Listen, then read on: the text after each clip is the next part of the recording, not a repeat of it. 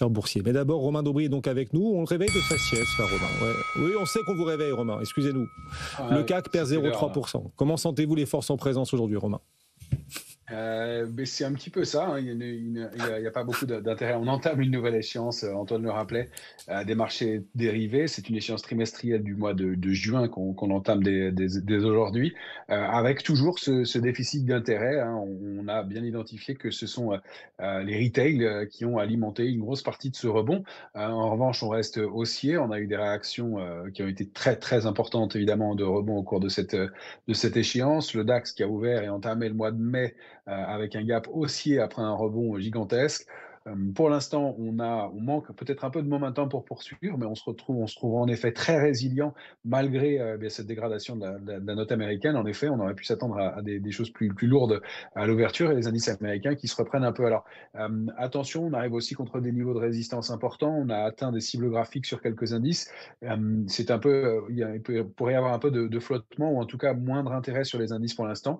On voit qu'il y a toujours des choses qui se passent sur les petites et moyennes capitalisations, toujours de l'intérêt, mais c'est plus ciblé, même si le CAC Small rebaisse un petit peu aujourd'hui. Quels seront les prochains seuils susceptibles de faire la différence, de provoquer des accélérations à la hausse ou à la baisse, Romain? Alors, sur le DAX, on est dans un range 23 200, 23 910. Et on préserve une médiane à 23 695. Tant qu'on est au-dessus, on a des chances d'accélérer, pourquoi pas, et d'aller chercher de nouvelles cibles en direction de 24 470. Sur le CAC 40, je vais vous donner les repères sur le futur CAC 40 pour cette nouvelle échéance du mois de juin. On est dans un petit range là à Paris, 7 758 en bas, 7 865 en haut. La sortie permettrait de déclencher un mouvement de taille équivalent pour aller chercher une cible à 7 641 si on sort par le bas, et à la hausse, on a un niveau de cible qui est situé un petit peu au-delà des 7 980 points. Donc, pour l'instant, pas vraiment de tendance, mais pas d'alerte baissière, si ce n'est ce manque d'intérêt. Si on regarde le S&P, pour vous donner un dernier point de repère sur les indices américains, lui, le plafond de verre, c'est 5 954 points qu'il faut déborder pour aller chercher 6 063. Le risque, le premier niveau d'alerte intraday, c'est 5 870 points qui pourrait déclencher un petit mouvement de consolidation en direction de 5 686. Encore une fois, on n'a pas beaucoup de momentum et d'intérêt, pas beaucoup de décisions aujourd'hui. Oui, puis gros réveil du côté du Bitcoin, hein, sur le marché des cryptos. Toute la semaine dernière, ça s'est bien réveillé. Mais on a eu un gros aller-retour ce week-end du côté des 103, 105, 103. Enfin, ça a pas mal bougé. Et là, on reste sur une petite correction de court terme.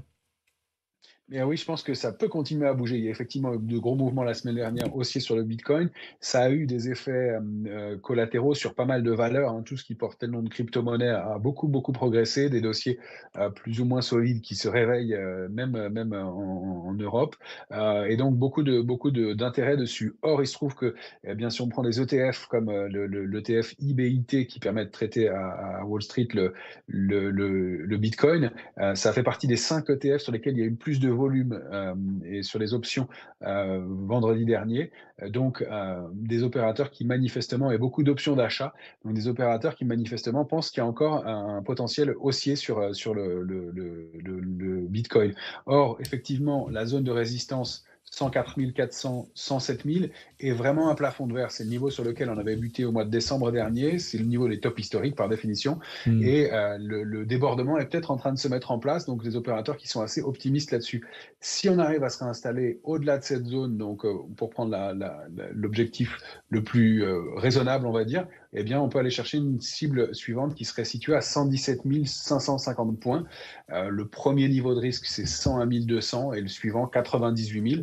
Donc, pour l'instant, on consolide un peu contre ce niveau, mais manifestement, de gros acteurs du marché pensent que ça peut continuer. Merci Romain. Romain Daubry, donc sur le Bitcoin qui envoie des signaux intéressants, donc, et ce CAC 40 qui aujourd'hui piétine un peu à moins 0,27%, 7 865 points à la Bourse de Paris à suivre cette semaine. Donc, des publications des acteurs de la distribution après Walmart il y a quelques jours.